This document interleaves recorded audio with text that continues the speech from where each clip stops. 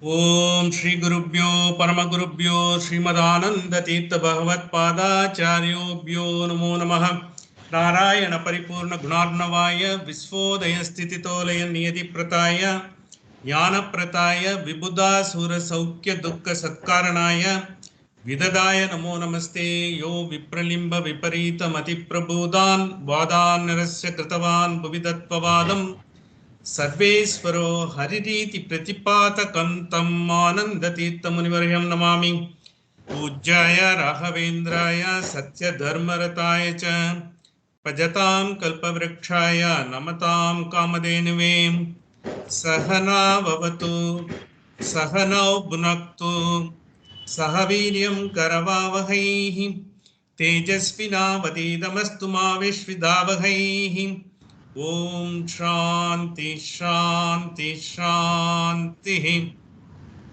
Welcome, friends. As last week, I think you might have heard, those who have not attended the YouTube postings. Basically, we are into the mantra number 20 because we have dealt on the mantra number 20. We gave a prelude the week before last. Last week, we were going through the mantra number 20. And this week also, we will just cover some part of the mantra because the mantra number 20 is not a simple question.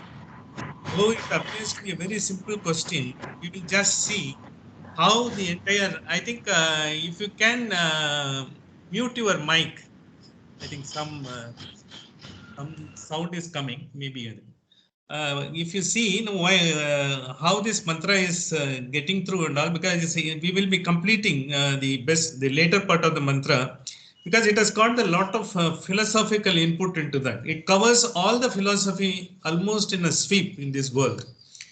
We will see how it is coming about. Last week we rather elaborated more on Sri Ramanujacharya's sort of interpretation of this particular mantra as given in Sri Bhashyam, because Sri Bhashyam, the second prakarna where he has dealt with in the Brahma Sutra Bhashyam, because while Ramanuja has not commented on the Upanishad directly, it was done by Mahan Rangaramanujam.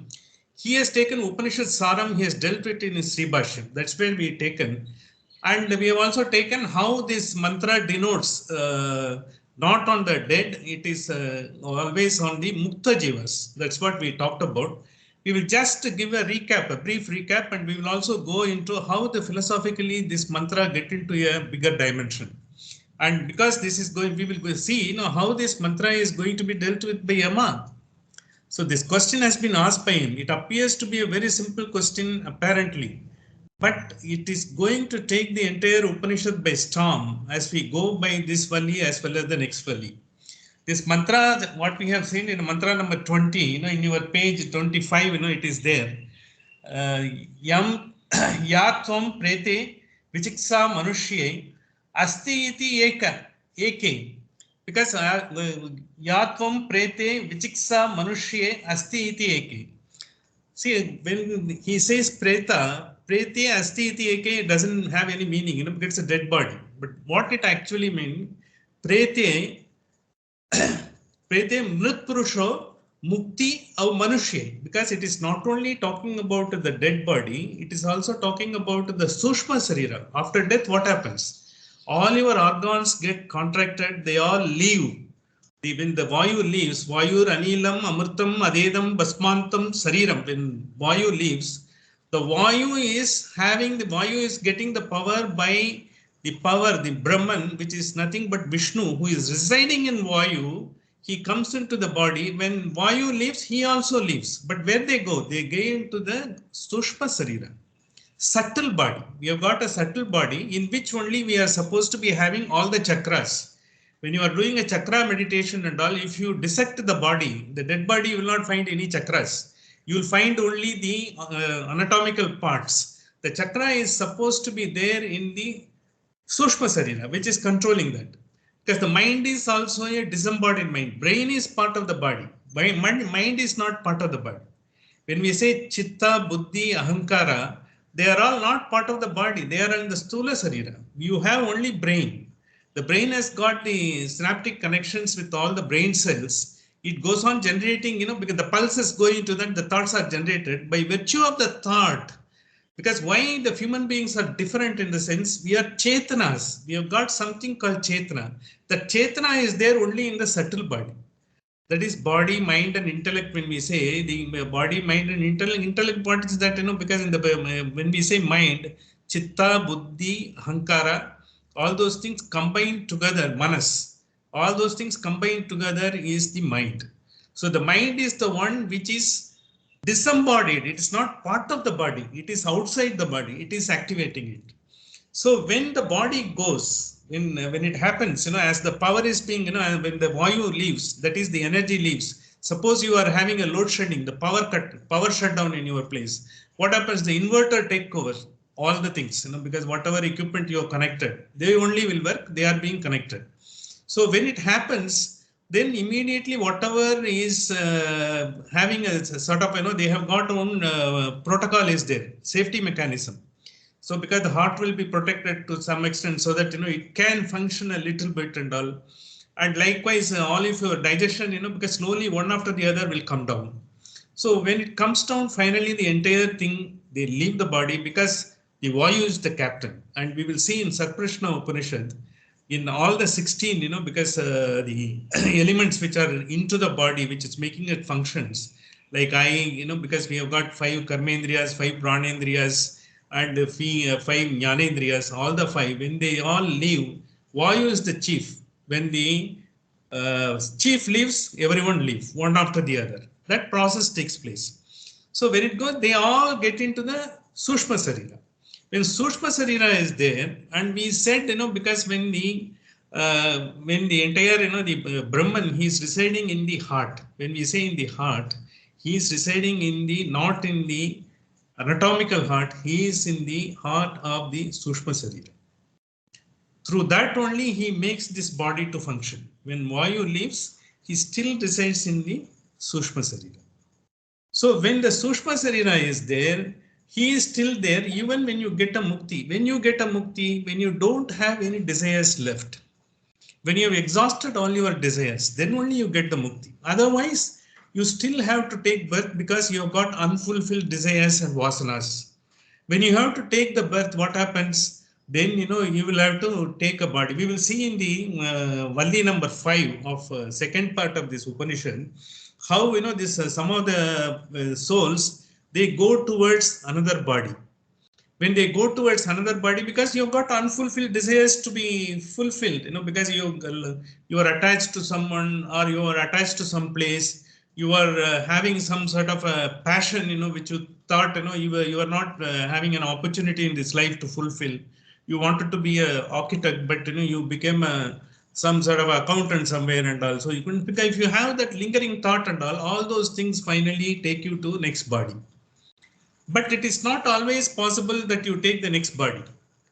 So this is where, because this entire the mantra, what it says, ya iyam prete vichiksa manushye asti iti eke ayam. Asti iti eke. Some people say, the soul is left. Some people say, na asti cha eke, because it's not there. So there is a debate which is going on, because different philosophies look at this point of view differently.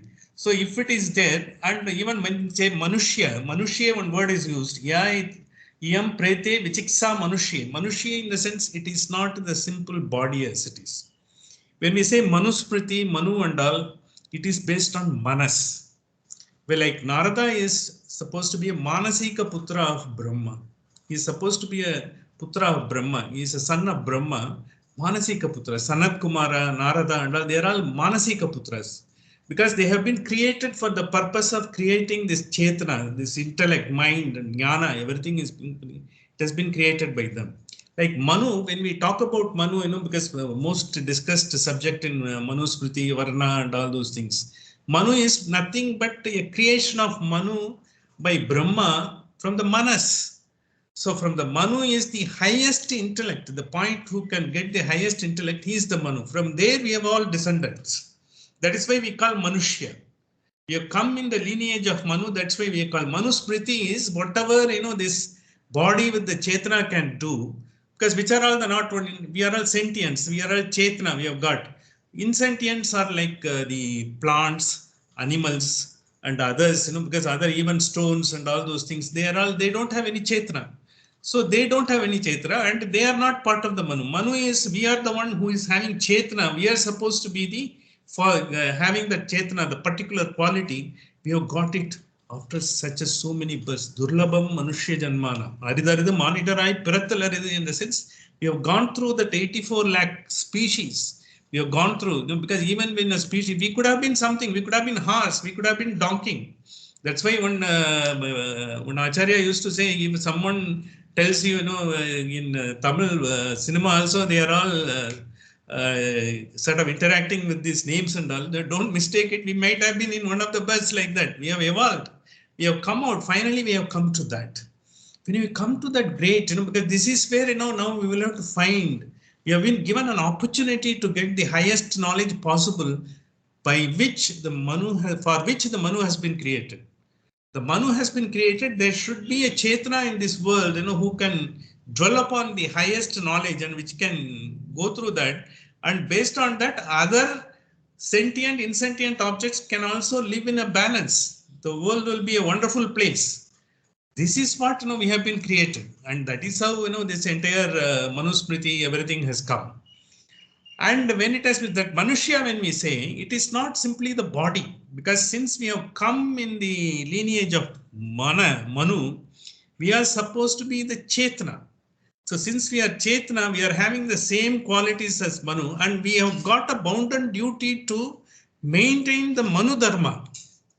See, there could be a lot of discussion as to what is Manusmriti, Varnasrama and all, because they are all misinterpreted, misapplied, over a period of time, but it has got a great significance. Otherwise, the Acharyas like Shankaracharya and all, they have said a great Bhashya on Manusmriti. Even Madhvacharya has interpreted Manusmriti extensively. Ramanujacharya has dealt in his Sribhashyam. In Manusmriti, he has almost given a separate position, in his discussions of the Manusmriti also. And he has brought together along with the Brahma Sutra Bhashyam and all. So that is very, very important. Having taken to that, when it is a Manushya, when you are doing that, whether, because when you are telling it is not about only the living, it's also non-living, but the Mukta Jivas. But who are not Mukta, what happens? They will have to take birth here because they have got unfulfilled desires. We will also see there is a mantra in the second Valli, fifth, that is second part of the fifth Valli. There is a mantra, 5.4, it says, when you have got unfulfilled desires, you take the birth.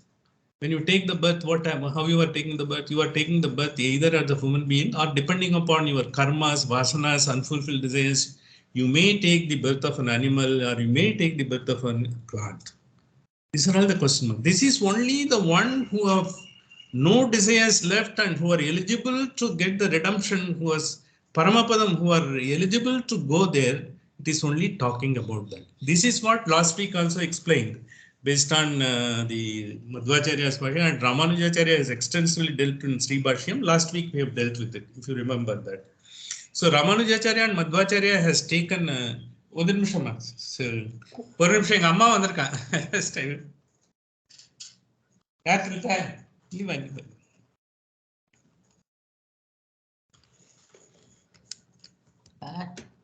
யார் சொல்லிட்டேன்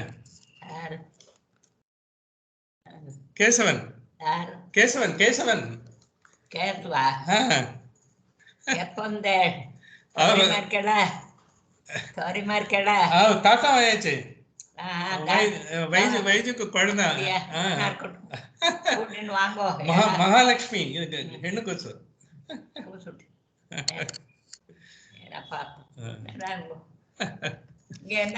ಬೇರೆ ಮರ್ಕೊಂಡು ತಿಳ್ಕಿರ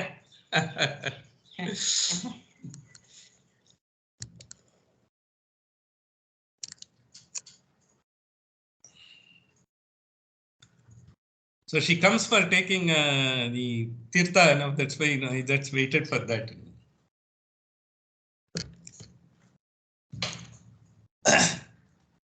So when he says these are all the things, how then through Nachiketa this question has been raised. There are so many philosophies what they are telling. See, even if you have you might have heard some philosophy called Mimamsaka, and Nayayika, because they are all the part of the philosophical stream. Sankhya, Nayayika, Mimamsika, these are all the part of philosophical. But you would be surprised to know how each philosophy interprets. That's what he asked through Nachiketa. Nachiketa knows he's a Prajanan, a word which we have used. Like Yama, he also has got the full knowledge. But in spite of it, through Nachiketa, the rishis, Kataka Upanishad, the Kataka, and other rishis, they want to bring the knowledge to the whole mankind through this question of Nachiketa. It's not Nachiketa himself will be knowing, Yama will be able to answer that. But through this question, they want to bring this knowledge to the entire world so that you can work on that and you can go about it. So in this only, this particular thing, the next month, next word we see, Astit eke ayam na astita na asti iti cha eke yetat vidyan anusishtataha tvaya aham. I want to know from you yetat vidyan. I want to know the particular, because so many people say so many things. I want to know about you what is correct. This is what exactly Nachiketa asks. So, Anusishtaha Tvaya Aham, from you I want to learn it. Varanam Yesham Varatritiyaha. This is a simple mantra as it is. So, when this particular thing has been said, what are all the other things what were we going to think about? So, to prove that, because this is only about Mukta Jivas, a lot of, because as Ramanujacharya has quoted, because his first question is about, his father, if you are going to give all these useless cows as a dana, you will be going to Naranga, Ananda Loka, he says. That means, he knows the soul will go there and all. And when his father cursed him, I will give it to you death, he came to Yama because he has left his Stula Sarira and he has come as a Sushma Sarira. So there is no question whether Stula Sushma Sarira exists or not, because he has already come into being and he is facing Yama. So that question also doesn't arise, because even though some Bhashyas try to take that as a question, that question is no longer relevant, as pointed out by Ramanujacharya's Sri Bhashyam and Madhvacharya's Bhashya. This is about the soul who are eligible for redemption, mukta. So if it is for mukta, why, because what about those who are not eligible for mukta? They will have to take the birth anyway. For them, because they will have to take, they will have to take the body, whatever body that is assigned to them based on the karmas, vasanas, and what they deserve and what their eligibility and all. So that is what exactly is being talked about. Now we will see, if this case, what are all the, in the Mukta Jivas, there are two examples that is coming. We will be seeing in the fifth Valli, when we go there are two words that is being used. That is Visram Manasya and Vichitsa Manasya, Vimuchya Manasya. Those two words are being used. Here, Visheshana Mochanam is Vimuchya Manasya. Vimuchya Manasya, in the sense, finally it goes off. See, when the life goes out of the body, which was controlled by the Brahman in the heart, in the lotus, the inverted lotus in the heart, he still controls the Sushma Sarira. When he is in the Sushma Sarira, it is still being regulated, because even when the Mukta Jivas, when he doesn't have to have any birth, he is only in the Sushma Sarira, he is going to be a Mukta, still he is controlled by that Brahman. But the Brahman is being considered as Vishnu in this, by Ramanujacharya and Madhvacharya. He is the one. Whereas in Advaita stream, they said, because the Mukta Jivas are also, the consciousness is still controlling him.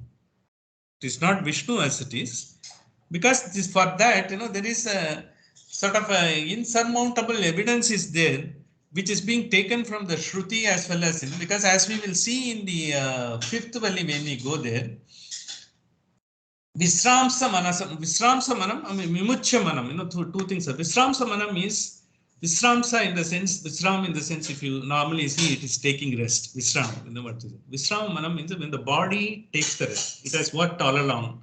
Finally, it is going to take rest because the life energy is going out of it. Visramsa Manam means when it leaves the dense body. Vimuchya Manasam, in the sense, still the Brahman who is controlling the subtle body, the Sushma Sarira, when he also leaves, then only, they get into the final Mukti. The Mukta Jiva, they are still in the control of the Paramatma. Because there also they have to go through, if you remember, Krama Mukti, they have to live in Swarga for one mantra period, 30 lakhs, 30 crores, 85 lakhs, 17,000 and odd years, which we discussed. They will have Krama Mukti. During that period, when they don't have any desires, they don't come under the control of Yama. Then they become eligible for Mukti. But Manmantra, when Manmantra we are in Vaivastha Manmantra we are there. When the Vaivastha Manmantra, suppose if Mukta Jivas go to Swarga as per this, they will be remaining during this Vaivastha Manmantra. When the Vaivastha Manmantra is getting over, when the new Brahman, because when the new Pralaya will take place, when the new things will come, even if you remember, Brahman or Vayu and others also will have to leave their figurative body to get the mukti. That's what last week we said, quoting Isavasya Upanishad. When we said Vayur Anilam, Amritam, Adedam, Basmantam, Sariram, because anyone who have to get the mukti, finally Paramapadam, they have to leave the Sushma Sarira also, not only the Stula Sarira. The Sushma Sarira also has to be left, and at that point of time they will take the Krama Mukti.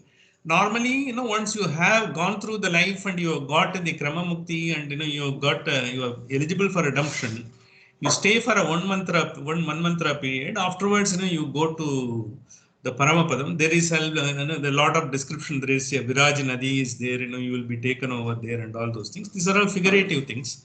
As of now, you are concerned because once you have got that, there itself, you have to remain in that state. That is a inexplicable bliss. One mantra period, it will not be simply because that bliss you will be enjoying that. That Anantam, because what we call the Anantam, the Ananta Modata, that you will get that. That when you get, because there are three stages, when you like anything, that is called prema. When you are in the vicinity of a thing, for instance, you are liking a sweet. If someone is making sweet in your house, when you get the odor of that, when you get the fine smell of a Mysore pak, they are making, the smell comes, you really enjoy it, that moda. But when you really get the sweet in your hands and enjoy it, that is pramoda. So three stages are there. Here that was because when you get a mukta jiva, then you are modata, you are enjoying that. But finally, once you get that krama mukti, or once you have the direct, you have got the self-realization of the God yourself, you directly get the mukti at that point of time is anantam, samyak anantam. See, that is beyond the description. It will go to that place stage. So to that only it is talking about those who do not have any opportunity, those who are still having unfulfilled desires, you will be taking the body in a different body, different people. Here the philosophy wise different connotations are there. In Advaita philosophy, they say you will take a body in the sense the Atman is only one. One Atman takes different forms as per Advaita. It is only the same consciousness that is in all of us.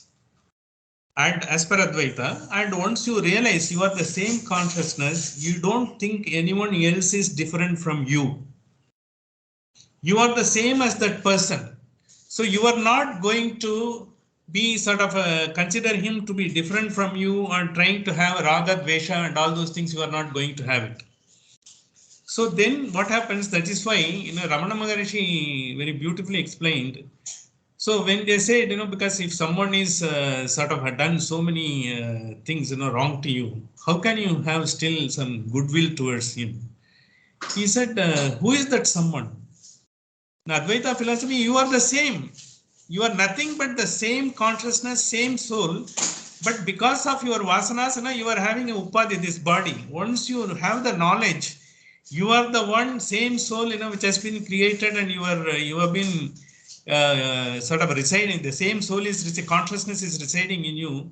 There is no different. So you are the same. That means you will be considering everyone to be part of you. See, if your finger is hurt, what do? You are not blaming the finger.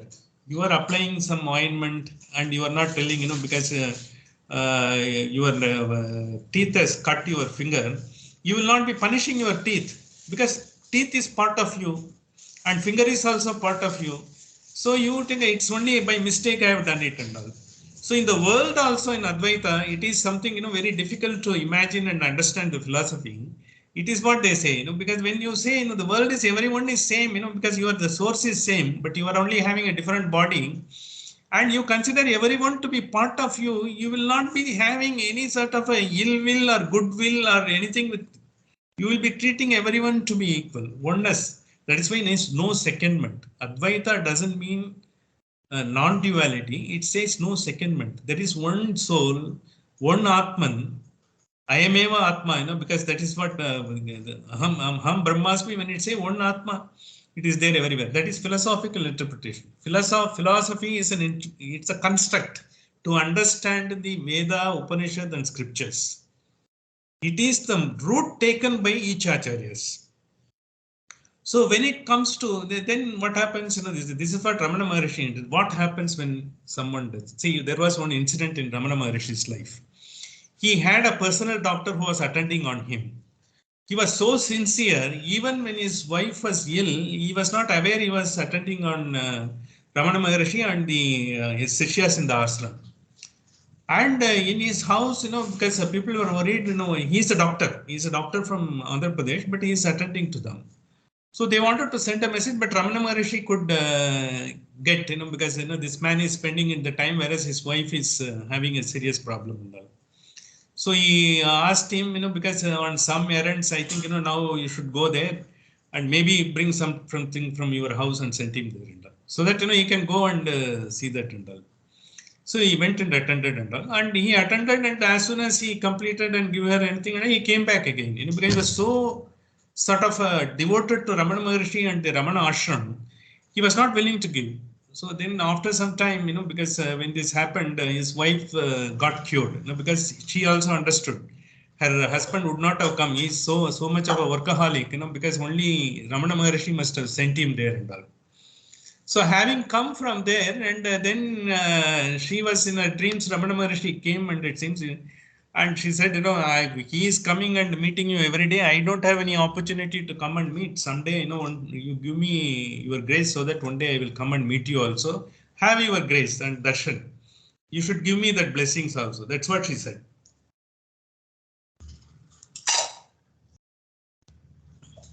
As it happened, this happened, within few days, Ramana Maharshi left his body. So she was wondering during his lifetime, because he has gone and seen so many times, he has gone and worked there. I could have gone with him. He has not taken me, how come I missed it and all. So in the dream, when Ramana Maharshi came, this is recorded. These are all recorded and it's available. He asked Ramana Maharshi, what is that, you have left without me? He said, why do you want that? Because I have always been with you. I have sent, your husband came to you. And again I have, because she also knows she got cured because of the Ramana Maharshi's meditation. He gave a distant meditation and give a healing to her, and she got cured. She knows purely because of Ramana Maharshi, she got cured. And I just wanted to make, said, have your darshan, and you have not given me enough. So this, why, because when you and me are not no different, why are you worried about? And I have to leave the body. And for that, what is the explanation given? You could have, just before leaving the body also, you could have given me a sort of at least a divine message. I could have come and had it. For that, he has given in dream itself, he has given a reply. It is like, because what we think, in a banana leaf, we take our food. That is some sort of a luxury nowadays. Yellow pot chapadu, is something, you don't get everywhere. Only in few places you get it at all. He said after taking the food, you just don't keep the, because the banana leaf with you. You don't keep the yelling, you throw it out. The body is like that. You have taken, all the experience after, all the sort of a knowledge from the world and whatever enjoyment or suffering, everything you have taken. This banana leaf has to be thrown out. So that is all. That's how it has been thrown out. But I am always here, I am part of everyone, because soul doesn't have any mrityu. Because when the soul is, if we see Bhagavad Gita, and as well as it's Sanatana. Sanatana Dharma. It's called soul is continuously existing. Either even if it gets the redemption, it goes to Paramapadam. It is there, or otherwise it is taking the birth of a body, or it is taking the birth of an insentient. It doesn't die at all. There is no death for it. That is, we can see, because hundreds of, our Gita slokas are there in from chapter 2. Dehanta Prapti, it is still, permanent. It doesn't happen. It's like that. That's what Ramana Maharishi said. I think, you've taken the food and the banana leaf had to be thrown out. The body is banana leaf. That is the image he has given. So anything else is all sushma, because you will have to understand. When you are understanding Brahman, it is not something, omniscient, omnipresent, all those things are there, but it's subtle. The subtlety, the Swarupa Jnana, when you get internally, that bliss, that continuously be with you, that is the highest bliss one can have. That is what, he said like that. So likewise, because that Swarupa Jnana, how do you get it? So you get it by constant, because once you leave all our desires, you automatically get into that mode, the liberation mode. That is why, because one Hindi song, though very, very subtly, it says, it is a very popular song, Rangde Chunariya, because you might have all heard about, because Anup Jalota. The first few lines, which is the one which is the thinnest than water, it is jnana. The jnana is thinnest than water. We will think, we have heard Brahma Sutram, we have heard Ramayanam, we have heard Mahabharatam, and we have heard Sri Bhashyam, and we have heard Madhvacharya's Bhashyams, and Shankara Bhagavatpada's Bhashyam. We will all sing, but we will all think we have understood. The moment after some time, when you are able to regurgitate, when you come into this world, when you are trying to, because work on your normal life with whatever your duties, you will have to interact with this world. Slowly you will find every time you hear, it will appear to be new. That's why so many Ramayana Upanyasams are there. Right from what we know from our time, Anantarama Dikshitar onwards, so many people are telling every time it appears to be a new. Because once you try to get the full port of it into your mind and absorb and internalize it, then it, because you will enjoy that. But for us, it becomes, because it goes off. As it comes, it goes up. That is why Jal se patla jnana hai. And he also says, Bhumi se bari, which is the, which is more weightier, more heavier than the entire earth. That is pap. Bhumi se bari pap hai. Jal se patla jnana hai. Agan se tej kop hai. Because whenever you have, gussa, when you are feeling, angry, that is more destructible than the Agni. That's what he says. It is like that. From that point of view, the jnana, it is the subtlety of the subtle knowledge of the Brahman is very difficult to get. That is why, because in particular mantra it talks, but it is, the Advaita stream. Coming to Visishtadvaita stream, God creates everything. He is there in everything, Chetna, Achetna, and everything. Sentient, non-sentient. He is himself being part of the entire thing. Because he creates everything, Chetna, Achetna, and he gives everyone the power to be in this world. And he is very particular, the Chetna he has created, because Chetna is the one who has come after going through the 84 lakh species, and finally he has come. He is particularly very, very fond of this. The Chetnas, that is the Manushya Janmas, because it is all his property. He wants them back. He wants them to know the knowledge and go towards, get the highest knowledge and come here. He enables them to do. And he is helping every way. He doesn't want them to be lost. He is so Sauchalyam and Saulabhyam. He is so fond of his creations. He wants them back. But the human being, you don't take the opportunity, the grace given by him if you don't take what he could. But still he tries. He continuously tries. This is what, it says. It is so kind, he is doing it and all. So the Dvaita also says, because he is both of them, what they say, he is all powerful. He is Sarvatantra Swatantra. In Advaita stream, once you realize you are part of that particular creation, you are the same soul like everyone. That jnana itself give you mukti. in the sense you and Brahman are equal in terms of the bliss. Whereas in Visishtadvaita, the intuition, not that even not in every aspect, he is still Paramapadam, he is there. Once you reach there, the intuition what you get is the same intuition he has afforded to you and he is also having you. So there is no difference between that. In Dvaita, there is a difference between. He is all powerful. He is Swatantra. You are not Swatantra, you are Aswatantra. You are depending on him for everything.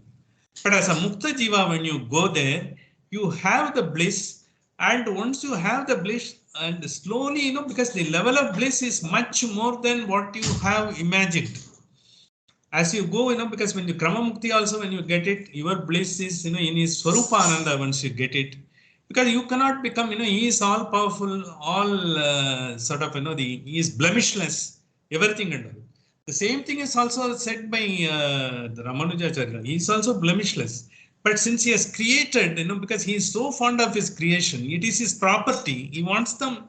See, it is his property. If you are having a house, it is your house. You can always walk in. But the house, doesn't have to, because the house has got a chetana. Because if it's insentient, if the house is, suppose, instead of insentient, let us say, you are having a pet animal, because if your dog is there, dog is very fond of the master. We are Swami and Dasa. That's why Adiyan we say, because in Visishtadvaita. When you say, you will just go towards the master only. The master is fond of you. He wants you to be there. But if you don't take the opportunity to be with the master, he still affords lot of opportunity. You try to take it. Whereas in Dvaita says, it is just not possible because he is such a like Param Brahma, Param Dhamma, Pavitram, Paramam Bhavanas. Gita says he is such a, everything is Paramam. He is blemishless, his abode is different. Param Brahma, Param Dhamma, Pavitram, Paramam Bhavan. Purusham Sasvatam, Divyam, Adidevam, Ajambibum. He is the one who is the Purusham Sasvatam. He is there at that point of time. He is the one who created. He is the one who enables you to do everything and all. So you have to get his grace by working on that. That's why in Visishtadvaitam, what you are saying, when you say Dasan, Adiyan and all, you have to do whatever job you have been assigned. Because whatever Kainkarya you have to do. Kainkarya in the form of the divine worship, as well as whatever you can do the other human beings organizationally, what you can do. That's why there is no difference between any of the things you will have to do. Same is Dvaita, because the karma you will have to do. The karma you will have to do without attachment. Nishkama karma. Then only you will get the Mukta Jiva and without wants when you get it. Because when you are doing a Nishkama karma, you will not have any desire because you are not worried about karmanyeva atikarastu mapaleshu katachana. You are not looking for any of the benefit out of what the karma you had. Nana janasa shushushu karma. If you want to allay the fears of anyone, alleviate the trouble of anyone, that is the karma, no other karma. So these three philosophies, that has come about to the great way, they are also being thought about. In this also, they are also talking about like Mimamsika, they are doing everything. They are very great Pandits of Vedas. They know everything, but they will do Yaga, Yajna and all. Based on Yaga, Yajna and all, they will try to get the Swarga. And Swarga, whatever benefit, like you will get, the you will get Swarge, na bayam kinchanasti, what we have said, and you don't become old, na jara, you don't become old, and you have got full bliss, and apsaras, all those things will come, and they will all say you will cross the Viraj Nadi, and you will be taken, you will be given all sort of perfumes and all, you will be taken, those type of a thing, but they only believe in that. They go on doing it. Mimamsika. But Mimamsika is one of the highest level of thought process. Even to understand the Veda Upanishad, you have got to be Mimamsika. Anusandhana. We say because Shravanam, Mananam, Nitidhyasanam, they are all Mimamsika. But the Mimamsika group of people, they only work on the knowledge. Whereas in the philosophy, Vedanta philosophy of Dvaita, Advaita and Visishtadvaita, what they believe, not only that is surrender. Saranagati. You have to give up because you are part of nothing. You are Anut. He is a Virat and you are Anutatva. You are just a small thing. You are rooted. You are a grass. You are rooted to the soil which is but Lord. The Lord is the soil on which you are rooted. That is how you are still surviving, because the root is not there, you are nobody. So you should understand that once you do that, you are getting into that. This is exactly Vedanta says. In Mimamsika and Nayayika, they are only talking about the procedures, yajna, and whatever the benefit is there. See, another one, because even before that, before Vedanta and all, because time immemorial, because some of the streams of thoughts which have come in this country is 2500 before Buddhism was there. And Jainism is still more. In fact, in Madurai was once the hotbed of Jainism. We have got the Jaina, because a lot of lot of places of importance for Jains are there. Even near my house, there is a hill. There, a lot of Jains used to stay, because in secret, because they were all being hounded. Because when the Shaivas came in, the Jains and Shaivas always they were fighting for supremacy. When some of the kings were even Jains, and some of the kings they have taken in by Jainism, because Jainism has also got a great philosophy at that point of time. When the entire world is making merry with food, drinks, and all other things, when some philosophy comes and gives you there is still higher place in the life, higher place in the thought, then anyone gets attracted. That is how because the kings have got attracted to Jainism. So Jainism also what they say, Sarva Tatantra Swatantra. Everyone is independent. You are not under the control of any of the gods. If you see any of the Jain shops or anything like that, you might have seen in one word, Om Namo Arihantanam, Om Namo Siddhanam, Om Namo Acharyanam, Om Namo Upadhyayanam, Om Namo Sadhunam. All those things will be there. That is their Navakara mantra. This is being sort of imparted, like Gayatri is being imparted to us by fathers in our ear. In Jains, they also got Upakarma. In the Upakarma, this Navakara mantra is Om is being taken by them. Om is also the Pranava, as we have extensively discussed in Mandukya Upanishad. It's also being, this is the abode of the time immemorial that Brahman, but they don't consider it as a Brahman. They say by having, because one has to become Arihantaram, you have to Arigadai, Tamil thing. You have to become eligible. Om Namo Arihantaram in the sense you should become eligible. Om Namo Siddhanam in the sense, once you have got the eligibility, you should become a Siddha by giving up everything. That's why you will see a lot of Jains when they are giving up, because you might have seen the YouTube and a lot of people giving up all their wealth and they become a Jain sannyasi. In Ahmedabad and other places you can see. They will come in a Ferrari car, they will leave everything. Finally, they will cut their hair and with only a loin cloth, they will become a saint. And they will just throw away all the money and all the things around and all, just to give it up. Literally, they will do it and all because that is considered to be the highest tyaga there. And all. Once you give it up, once you have, then you have to do, because you'll have to observe fast. If you are able to observe fast, because some of the Jain Munis have observed fast even without a drop of water for 1 year.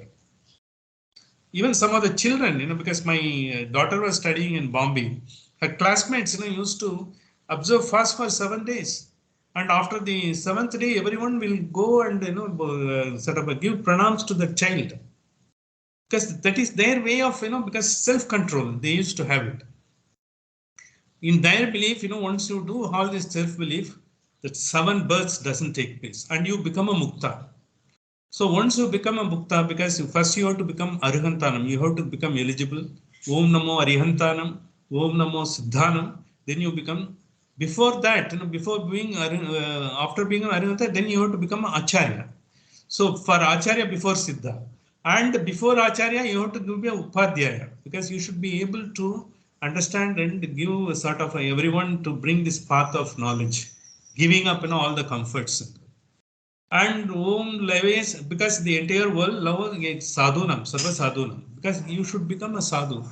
In the sense, sadhu in the sense, closing your mouth so that you don't cause any harm to any insects also. You might be seeing Jain, these nuns, they walk miles holding, only there because they are all considered to be, because they have not taken even, I've seen them in Rajasthan and in fact in Maharashtra and even South also I'm seeing them. They only walk. Here there are a lot of near my house, a lot of Jain, because the Padugai they call it. they're all the gufas in the hill. They were all staying there secretly and writing their scriptures, doing their meditation. People come here to visit. They all come with that. Most of them must be millionaires or billionaires, but they don't look like that. They come like that. So for them, the mukta is once you get the siddhanam, you become finally the mukta. So you go like a bird, you just go through this Prithvi Akasha. So this is called Loka. Once you cross that, it is called Aloka, that is beyond this earth. Once you go there, then you become a mukta and you are independent. You are not under the control of any Brahman and all as we think. There is no Brahman whatsoever and all. When every mukta jiva goes, everyone is independent. There is no controller for any one of them. All of them are different. But they are the one who are controlling this entire Prithvi and the balance the climate, everything together for the welfare of the whole human being. That is the concept, because they don't believe in Brahman and they don't believe it, but most of their, our own Puranas have been sort of retold, in Jain in their own fashion. But this is their belief and this is their own, because this is like a Jain Dharma. Buddhism is when you say I am existing, it is also not true. When you say I have gone, that is also not true. Because it is the consciousness that gets destroyed when the body leaves. So when consciousness gets destroyed, and when you are existing also, every moment, the consciousness comes. It is not the same consciousness as considered in Advaita. See, Advaita, the same consciousness is the lighting up all the thoughts in everyone, in the same soul. That is the concept. Here it's not that. It is a shunya. It's a vacuum. The moment, whatever you experience is the consciousness at that point of time comes and, gets destroyed. When the body is getting destroyed, the consciousness gets destroyed. It's all goes away. The Advaita theme also, once you get the mukta, once you get the knowledge, even that consciousness leaves. So you become a mukta because consciousness merges with the ultimate consciousness of the world. It gets merged into it. That is this one. In Buddhism, it is a shunya. The Shunyavada is, that is why, because Buddhism and Advaita, there is a little, because almost, it converge, but one point, because it's called consciousness, one consciousness, lighting up everything. Here only Shunya. The consciousness get destroyed at the time of death. That's why Advaita used to be called, because in the debates and discussions, and, normally, because everyone, they give their version of that. Prachanta Buddha, because it's a cryptic Buddhism. It's like almost like a Buddhism, but Buddhism is Shunya, whereas it is consciousness in the Advaita. That is what it is. But whereas there is one more argument is there, that Nagarjuna, one great philosopher in Buddhism, is a great master. He has written so many things, and in fact, he knows Vedas much more than most of the people who knew Veda at that time. He has written a great, he was in the part of, because Andhra Pradesh and all. Nagarjuna is a very common name. In Amravati, that area, Nagarjuna was there. He is a great scholar. So he knows all this one, and one of the acharyas, this Puri Jagannath, because that is from Shankaracharya, he says, instead of calling Advaita as the cryptic Buddhism, you should call Buddhism as the cryptic Vaidika, because Nagarjuna's interpretation was all in line with whatever we are talking about, but they differ as to the existence of the consciousness and what happens in them. So whereas, if you see other than what are all the other religions known to us in the humankind, it is in Christianity, it is only one birth and one death. So in that birth, you have to be a good person. So what happens, because after death, because the judgment day comes, resurrection takes place. In some places it is 3 days, in some places it is 40 days. When the resurrection takes place on the judgment day, either you get an eternal life or eternal condemnation. You are condemned forever. You don't have any opportunity to be back. Whereas in our, because depending upon your karma, you will take a birth and you will get an opportunity again to correct yourself and come back. Whereas it is not there in Christianity. And it is, of course, in one Acharya has pointed out, in one of the exposition of the Bible also, Jesus has given an indication. There is a possibility of, you are correcting yourself, in a different words. And of course, that is only for a philosophical interpretation. It is there. But as far as they are concerned, there is only one birth.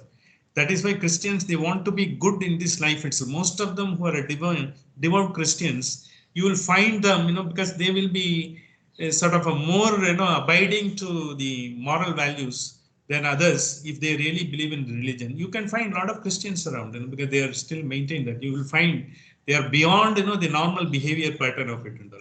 Those who are in this life and who don't have any understanding, they are like that.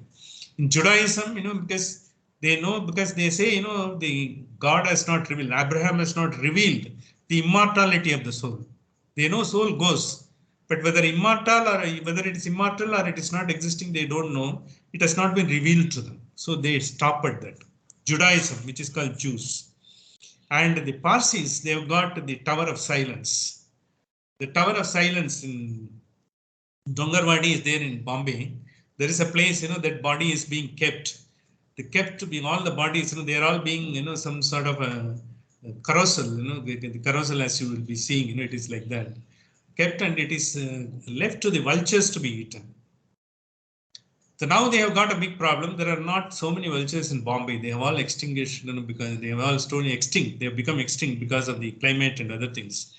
They were trying to use the solar and all, it has not worked. Now there is a separate project to get more vultures. Slowly they are getting more vultures. It is said if the vulture population is reasonable, in 6 to 7 hours it will devour the body and they will not leave anything out. The entire body will be taken in. For them, it is the Tower of Silence, which is called Zendavesta is their gospel. In the gospel, Zendavesta, because where they have got is, this is finally, you will have to leave everything to the nature as you have come. So the vultures take your body and it goes off with that. Now, of course, because there is only one place where it is there in Bombay. Maybe in some other places they are having it in Ahmedabad and all. This is their way of doing it. The entire philosophy in all these things have been doing. He wants Yama. You tell me, because if there's so many things around, these are all the what things. Finally, I want to answer from you. You are the Lord of Death. You know, everywhere, irrespective of belief, religion and all, as far as we are concerned, he is the Lord of Death. He is dealing with it. And if he can't give anyone, he can't give the answer, no one else in the world can give. That is why he just puts him into this. So here only, the one more, like Vimuchya Manasa and what we said, which is the final, even the Sthula Sariram has got the Brahman inside. When it goes, he gets the final mukti, the Paramapadam, that happens, Krama Mukti he gives. For that only, once you, basic eligibility, you should not have a desire to be a mukta. After that also, you are still under control of the Brahman.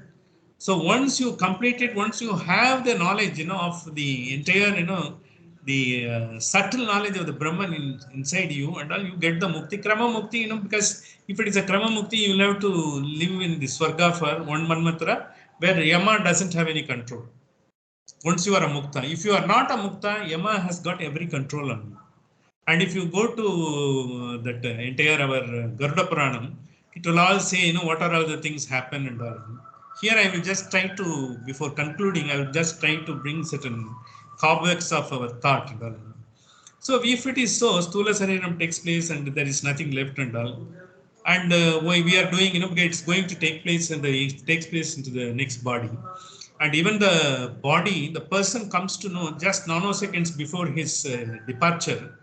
He knows, which is the body likely to take place. In fact, in my posting also I mentioned, he keeps the hind legs on the present body and the front legs onto the new body. He knows where is he going. So if that is the case, why should you be doing, all these 10 days, 13 days rituals and all? Teravi, in North also does. Kashmir to Kanyakumari rituals are same in Sanatana Dharma. We may be calling, our own way of doing it, because there's Advaita and South, North, Andhra Pradesh, Karnataka and all. 13 days that is there and all. What happens is, if you are not entitled to get mukti, you have still got some sort of unfulfilled desires, you will be taking the next body. To enable you to do the next body without any hinge, any sort of obstruction, any sort of, you should not have any problem in getting the body. So these 10 days karmas are being done. If you go to the Garuda Purana, it says, when you give pinda on every day, how the new body takes shape. In the 10th day, almost the full body takes the shape. When you are still having unfulfilled desires, when you are not a mukta, when you have to take a new body, it enables them to take that. That is why it is being done. It is a belief. It is done. And one question was asked, if it is a person, orphan or is the unclaimed body, for him who will do? He doesn't have to do, because that is why, once the Brahman is inside, he is also there in his Stula Sarira. In the Stula Sarira he is there. And as long as Stula Sarira is there, if the society's responsibility is, if society wants to get the benefit, not for him, even unclaimed body or orphan, the Brahman will take care. His grace is always there. If nobody is there, he is there. Even someone has come in this world and has nobody and he is gone, nobody, he doesn't have any friends, relatives and all, he still takes care of them. But as a society, since you have to dispose of the body with a dignity, when you do that, you get the benefit. More the society takes care of this type of unclaimed body and all, it is like Ashwamedha Yaga. This is what Mahaparivala said. He has sort of told everyone, it is your bounden duty to take care of this body. Then only, because the society will get the mukti. And not only that, society will also get the, because future generation which are coming, they will be a sort of a wise generation. They will not be a sort of a Vishwashi generation. There will not be any chaos. There will not be, sort of uncontrolled, untrammeled, because the population which is going about its own way. For our own benefit, we will have to do. The 10th day when we are doing it, when you are as a relative and when you are doing it, the benefit goes to the jiva. When he has to take a new body, it enables him to take. But it is not only the benefit, it is the benefit for you. You and your lineage will have a progeny, and you will have a sort of the continuation of the lineage that will happen. And not only that, it's your bounden duty. As we said, Sandhya, Veda, Vedadhyanam and all, Pitru Karyam is also very important. By doing that, you are not going to get any extra, because that is your duty. But if you don't do it, all the afflictions will come to your lineage and so on. But by doing that, the jiva gets the benefit of it. Supposing if you don't do, see, you say, no, I don't believe in that, I don't do it. Doesn't mean the jiva is going to suffer. As the orphans are being taken care of, they will also be taken care of. But you will not get any right away, because you are not performed your duty. So you will get, whatever is your lineage, how you will have to progeny which has to come in your this one, what are all the afflictions. That is why, you do, by seeing your horoscope, so many people say, you will have to do this parihara and all. They're all not required. You will have to do that. So then one question arises: if it is the case, why we will have to do, every month, we are doing Masika first year, and then after that Varshabdhikam we do and all, and then we Amavasya and all we do, and doesn't go to the. So Pitru Loka is a Loka. In the Pitru Loka, the energy of the bodies that is left in, for 3 generations they live in. They live in to guide, because the entire, the further, because the who are all coming after us, because we are, when we are in this body, we are having the control by the Aniruddha form of God. When we are in this life, when we are working there, Mahavishnu has got 24, the great manifestations. The manifestation of Aniruddha is controlling us. And your father, the first immediate, your Pitru is your father. He is in the form of Pradyumna. His blessings are coming into you in the form of Pradyumna. The God gives based on, what you are able to get by performing your duties. And your Pitamaha, your grandfather, when you are doing it, it is in the form of Sankarshana. The Mahavishnu is in the form of Sankarshana. His blessings come, because each one has got by having a Pradyumna, you will be able to have the memory power under, because the Upasmriti, you will be in very intellect under. If you are a naturally intellectual person, that will be enhanced. Your intellect will be, in all these benefits will come to you, our progeny. And your Paramapitamaha, because when your grandfather, great grandfather, when you are giving it to him, he comes in the form of Vasudeva. He is the final creator.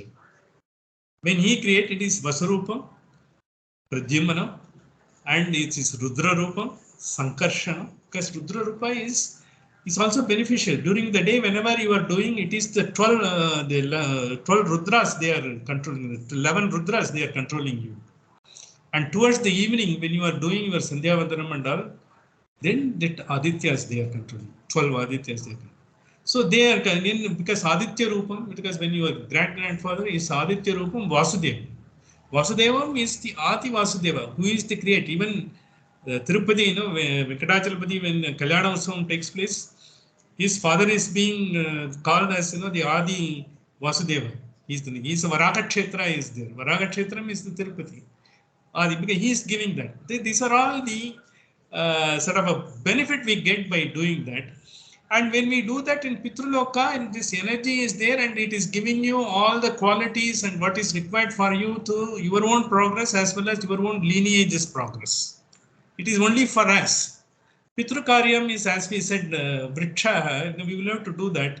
Vriksho Mula, because if it is not that, Pitru Karyam is also like that. You cannot be giving up. You cannot be giving up Vedadhyanam, including Sandhya Vandanam. For us, the Sandhya Vandanam is Vedadhyanam now. And as well as Pitru Karyam are more important. By doing that, you are not getting anything. That is your duty. By not doing that, the affliction and ill effects may come. That is why, these things are there. And Pitru, in the sense, they are there always guide you. Because they are always your well-wisher. Your father is a well-wisher. Your grandfather is a well-wisher. Your grandfather, so is a mother, grandmother, and all those things and all. They are there and all. For orphans and all, for them, the Bhagavan, he is the great-grandfather. Who is the Virat? He will take care of Pitamaha. He is Pitamaha of Pitamaha. That is come in Bhagavad Gita itself. He says, I am a Pitamaha to everyone. That's what he says. He takes care of it. It is not that but someone, there is no one to, for some jivas, there is no one to perform. Because of that, it is going to be nothing like that. It happens. But then there is a procedure by which for your own benefit, you can derive and you can do that. And in that process, Jiva also getting, in Garuda Purana is basically Garuda asks Mahavishnu, what is, he asked the question about the Jiva when it passes. So Mahavishnu clarifies to Garuda Purana. It is one of the 18 Puranams. The 18 Puranams, it's also a good Puranam. It should be studied. But one Acharya, he was narrating himself. When he was studying Garuda Puranam, his mother said, when I am alive, you are reading Garuda Puranam. It doesn't mean, you have to read Garuda Puranam only when someone, because it is being read because by reading the Garuda Puranam, the sins of all the jivas get eliminated. They get, because even if some sins left, some or some, they have to do some parihara for some of the sort of affliction they had. For that, when you recite Garuda Puranam during the 10th day, the 10th day or 11th day, it is being 10th day, normally it does. Even all 10 days also, some people have the habit, it's a procedure of reading. That Jiva gets all the benefits of it. So almost, if he is capable of getting mukti, he also gets mukti. And if he has to take a great birth, as some very wise person or something like, his birth also, gets a better birth, what he would be getting. That is the idea behind that. So as such, because when the entire philosophy is taking place, it is a sort of subtle body's journey after that. The subtle body still, when it's under the control of the Brahman, finally when the Brahman leaves, he becomes totally a Mukta Jiva in the sense, because they are all just in the vicinity of the Paramapadam, they are there. And in Advaita, they become part, they get dissolved into the consciousness. No longer it's existing. The consciousness, even the God needs consciousness to create the being in Advaita. We have also seen how Jainism addresses and Buddhism addresses and even other religions addresses. So this is called eschatology. Eschatology is after death, after the body leaves, what happens? We should not call death. So death is not to be has to be endured. They say it is one of the wonderful process. In all the religion says you should not be taking it as a word. You should not talk about, and there should be fearful feelings about it and all. It is a wonderful sublimation from one stage to another. That is why it's called eschatology. And whatever is being explained, because like Garuda Purana, whatever exegesis, it is the highest level of thought. So this is where when you get two sides of the coins. See, birth is one side of the coin, so is the death is another side of the coin. So both coins, once if you put a spin the coin, because it may come birth and it may come again death. When both of them, because have equanimity, when it doesn't exist, it gets mukti. When it gets mukti, you are the highest bliss. What is the purpose of the entire birth is to get the highest birth, which we have seen in Kathopanishad. Ita cheti vedita satyam asti, na cheti vedita mahati vinashti. So we should use this birth to get the highest knowledge and see how best to go about. This is why this question has been asked through the Nachiketa, so that the entire philosophical equation and debate, is being brought about. Finally, the final word will come from Yama as to what is the answer for this. When is he going to give the answer? What is the process he is going to follow? We will see from next session. I leave it at that, because it is just to give some cobwebs of thought. You may have still some doubts why we are doing this and that and all.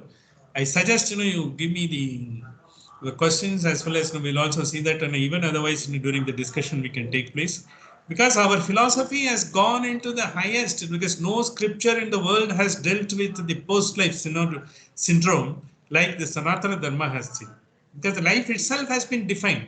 So there is nothing called post-life. It is also life only. And if you see Gita, there is no mrityu, because soul is permanent. Where is mrityu? Why should be worried about death? This body goes off. As Ramana Maharishi has said, because you have taken the food on the banana leaf, you have thrown the banana leaf, you will not keep the banana leaf, washing it and keeping it like a plate. It has to go off. It is like that. Taking, because this is the wisdom we are going to get from this Upanishad. We will conclude today and we will go for a small meditation after this.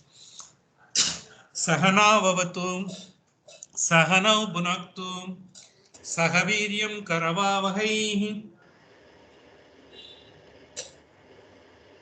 तेजस्विनावतीतमस्तु मा विश्विदावहैः. Om Shanti Shanti Shanti. We just have a very brief meditation.